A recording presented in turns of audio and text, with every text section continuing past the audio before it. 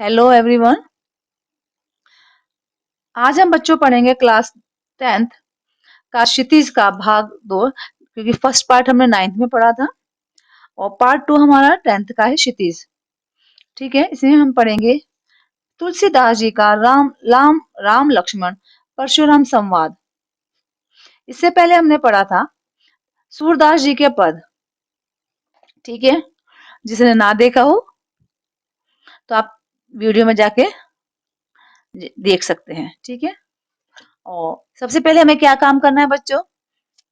Lesson start करने से पहले हम पढ़ते हैं, एक काम करते हैं कि जो हमारा चैनल है उसे सब्सक्राइब कीजिए, वीडियो को लाइक कीजिए, शेयर कीजिए, और अगर कुछ ऐसा लगता है कि आपको समझ में नहीं आ रहा है तो कमेंट जरूर कीजिए, ताकि ये पता रहे कि कुछ कमी है या अच्छा कर रहे हैं, गलत कर, अच्छा हो तो भी करें, बुरा लगे तो भी करें। Thank you very much. चलिए शुरू करते हैं। तुलसीदास जी के द्वारा लिखा गया राम लक्ष्मण परशुराम संवाद।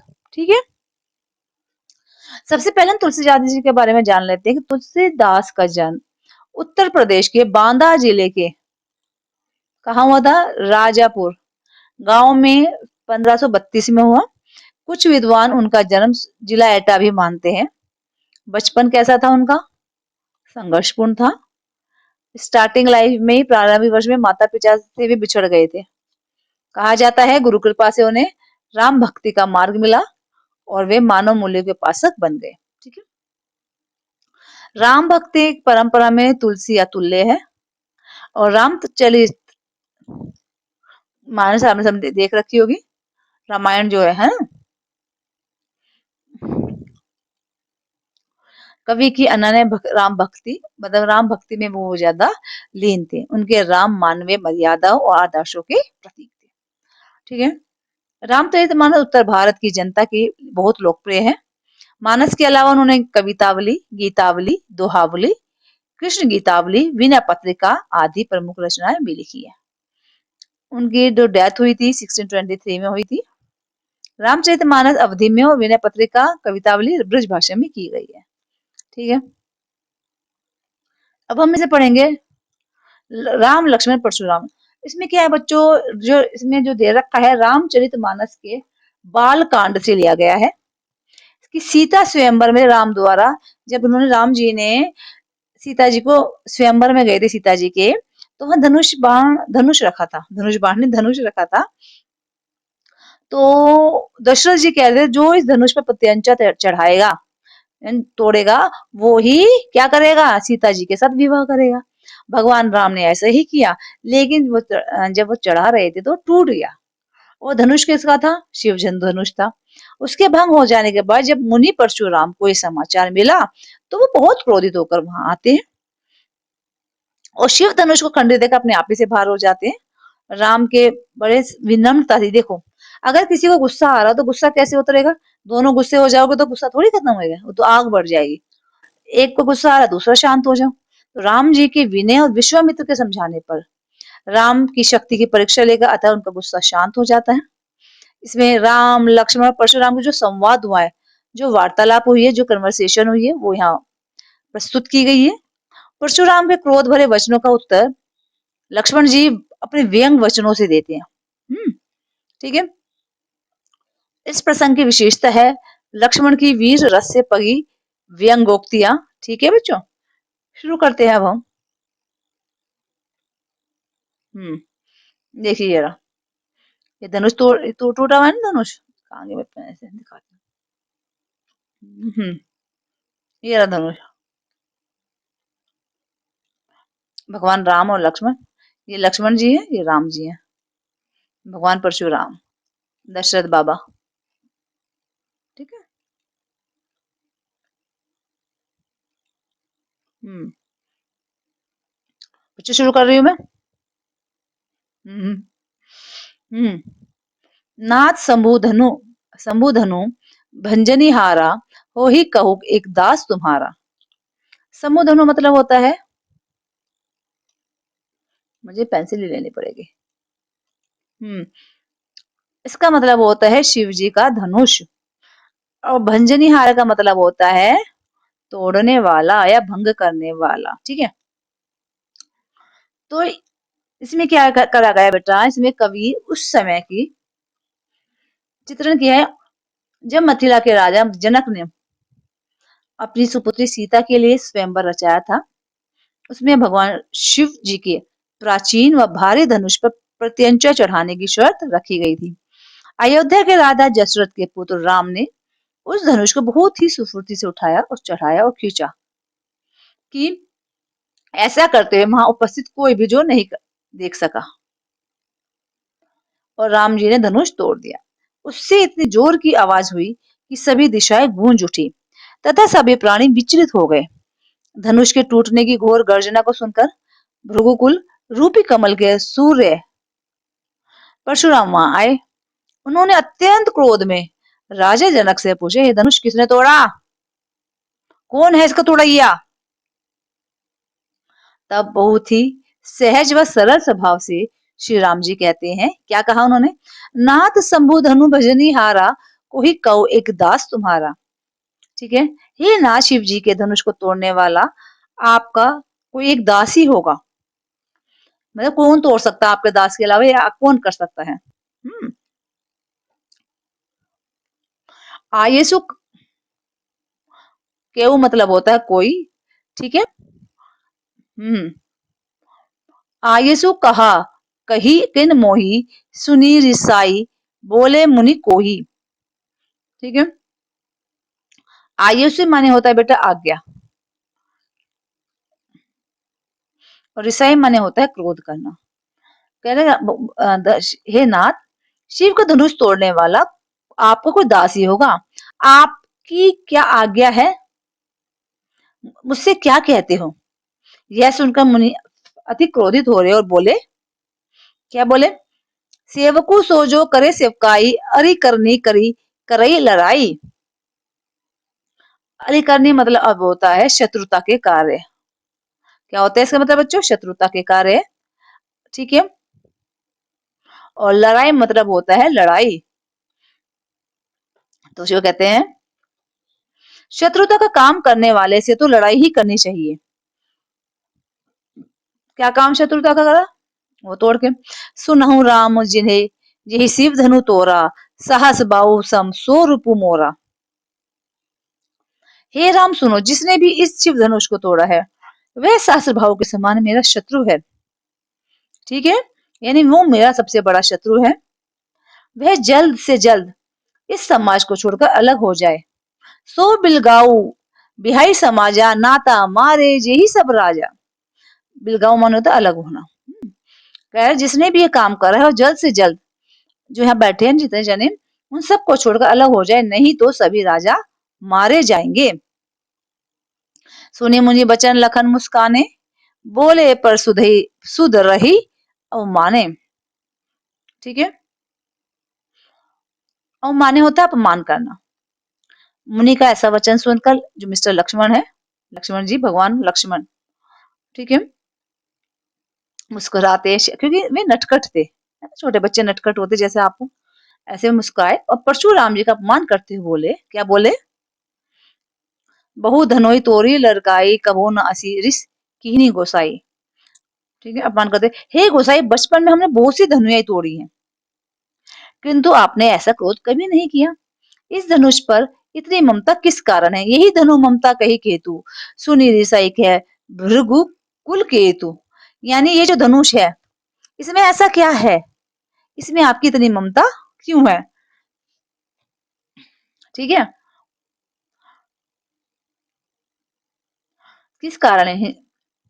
यह सुनकर रे नृप बालक काल बस, रे नृप बालक काल बस बोलत, तो ही ना संभार दुनहि सम त्रिपुरारी धनु बीती सकल संसार। संभार मतलब होता है बच्चे आपका होश नहीं है। ठीक है, और इसमें से बाकी सब आपको आते हैं। ठीक है, अच्छा, अब वे क्या कहते हैं बच्चों आपको? हम्म, यह सुनकर भगुवंश की ध्वजा स्वरूप परशुराम जी कुपित होकर कहने लगे, अरे राजपुत्र, काल के वश में होने के कारण तू बोलने में स्वयं को संभाल कर होश में नहीं बोल रहा है। सारे संसार में विख्यात शिव जी का यह धनुष क्या धनु ही के समान है? यानी ये शिव जी का धनुष क्या आम धनुष है? नहीं कह रहे हैं वे। अच्छा जी, इसमें क्या भाव आ रहा है बच्चों? इस जो पद्यांश में आ रहा है, जो महाकवि तुलसीदास जी ने शिव जी के धनुष तोड़े जाने पर परशुराम जी के अत्यधिक क्रोधित होने, श्री राम जी के सरल सहज स्वभाव, विनम्रता व शालीनता तथा लक्ष्मण जी की उत्तेजना को अभिव्यक्त किया है। ठीक है, और जो इसमें है अवधि भाषा का यूज किया गया है। चौपाई और दोहा छंद का कुशलता पूर्वक निर्वाह हुआ है। इसमें बहुत सी जगह अनुप्रास अलंकार की सुंदरता देखने योग्य है। सहस बहु समृतो रिपु, इसमें आपका कहाँ है? मेरा इसमें उपमा अलंकार की छटा है। ठीक है, भृगुकुल केतु, इसमें आपका रूपक अलंकार है। ओके बच्चा,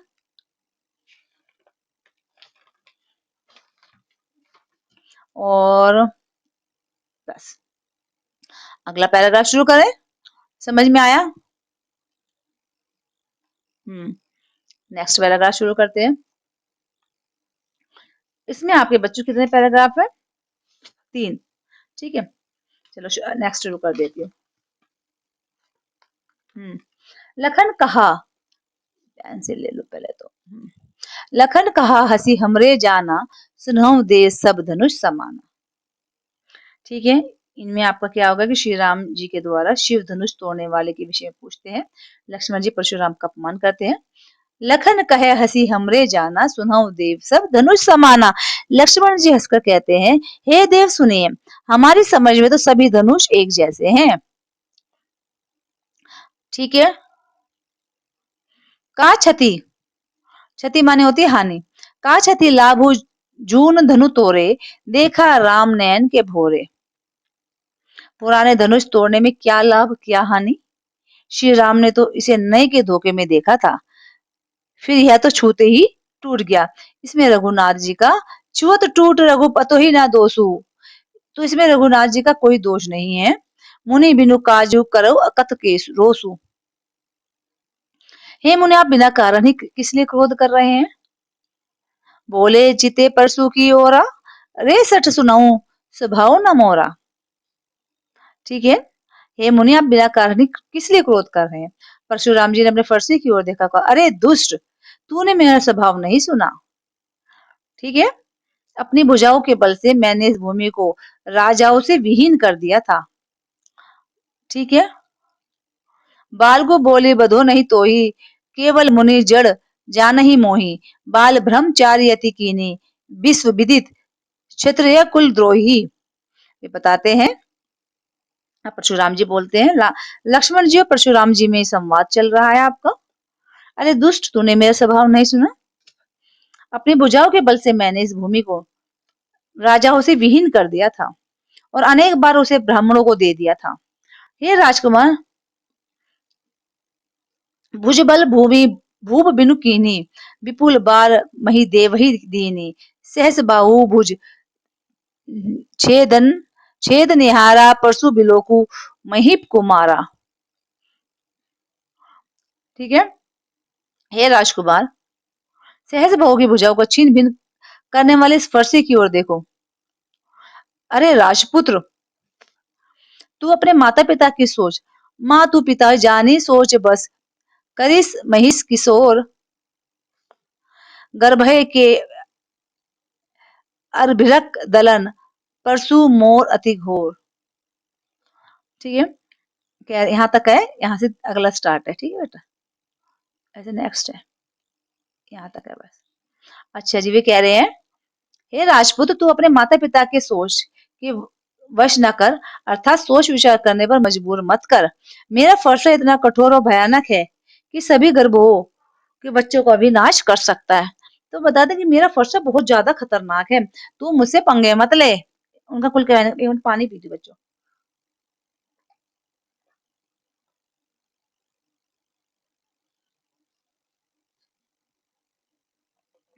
प्यास लगी है बहुत तेज। Thank you. चलो, आपको पीना, आप पी लीजिए पानी वानी। तो नहीं हिला। मेरा फरसा इतना कठोर है, भयानक है कि सभी गर्भों के बच्चों का नाश करने वाला है। ठीक है। प्रस्तुत जो है गद्यांश में गोस्वामी तुलसी ने श्री राम और परशुराम दोनों के प्रताप का बहुत ही सहजता से चित्रण किया है। परशुराम के उदागर को प्रकट किया है, उद्गार को, सॉरी। काव्यांश की भाषा सरल है, अवधी भाषा है। ठीक है। वीरता और क्रूरता इसमें दिखाई गई। परशुराम की जी की वीरता एवं क्रूरता अभिव्यंजित है। वीर और रोद रस का सुंदर परिपाक है। ठीक है बच्चों। हंसी हमारे काज परि अकत, सट सुनहि स्वभाव, बाल ब्रह्मचारी विपुल बार में अनुप्रास अलंकार की सुंदरता देखने योग्य है। ठीक है जी। अब अगला पैराग्राफ शुरू करते हैं। हम्म, चलो जी। बिहासी लखनऊ बोले मृदबानी, अहो मुनीसु महाबट मानी। ठीक है। भैसी माने हंसकर, इसका मतलब होता है हंसकर। इसमें जो है बच्चों, इन पंक्तियों में दिखाया गया है चित्रण है, जब परशुराम जी क्रोधित हो जाते हैं तो उनकी क्रोध की अवस्था को देखकर लक्ष्मण जी उन पर हंसते हुए कहते हैं, लक्ष्मण जी हंसते हुए हंसकर कोमल वाणी में कहते हैं, बोले मृदबानी, ओहो मुनीश्वर, तो स्वयं को महान योद्धा मानते हो, बार बार कुल्हाड़ी दिखाते हो, पुनि पुनि मोहे दिखाव कुठारो, चाहत उड़ावन फूकी पहाड़ो। अर्थात फूक से पहाड़ उड़ाना चाहते हैं। यहाँ कोई भी कुम्हाड़े के बहुत छोटे फल के समान कमजोर या दुर्बल नहीं है। ये कुम्हड़ बतिया को नाही, ते तर्जनी देखी मरी जाही। ठीक है। कह रहे हाँ, इतना कमजोर नहीं है कोई भी जो आपकी कुल्हाड़ी से डल जाएगा, जो आपकी तर्जनी उंगली को देखते ही मर जाए। कुल्हाड़ी और धनुष बाण को देखकर ही मैंने कुछ अभिमान के साथ कहा था, देखी कुठारू सरासन बानू, मैं कछु कहा सहित अभिमाना, भृगुसुत समझी जानो बिलोकी, जो कछु कहू सहो इस शोक रोकी। ठीक है। तो ये कहते हैं बच्चे, यहाँ कोई भी दुर्बल नहीं है जो आपकी तर्जनी उंगली को देखते ही मर जाए। कुल्हाड़ी और धनुष बाण को देखकर ही मैंने कुछ अभिमान के साथ कहा था, भृगुवंशी समझकर और यज्ञोपवीत देखकर जो कुछ भी आप कह रहे हैं उसे मैं अपने क्रोध को रोक कर सह रहा हूँ। हमारे कुल में देवता, ब्राह्मण, ईश्वर भक्त और गाय, इन सब पर वीरता नहीं दिखाई जाती। ठीक है। सुनिए मैसूर हरिजन अरु अरु गाई, हमने कुल इन पर न सुराई। ठीक है।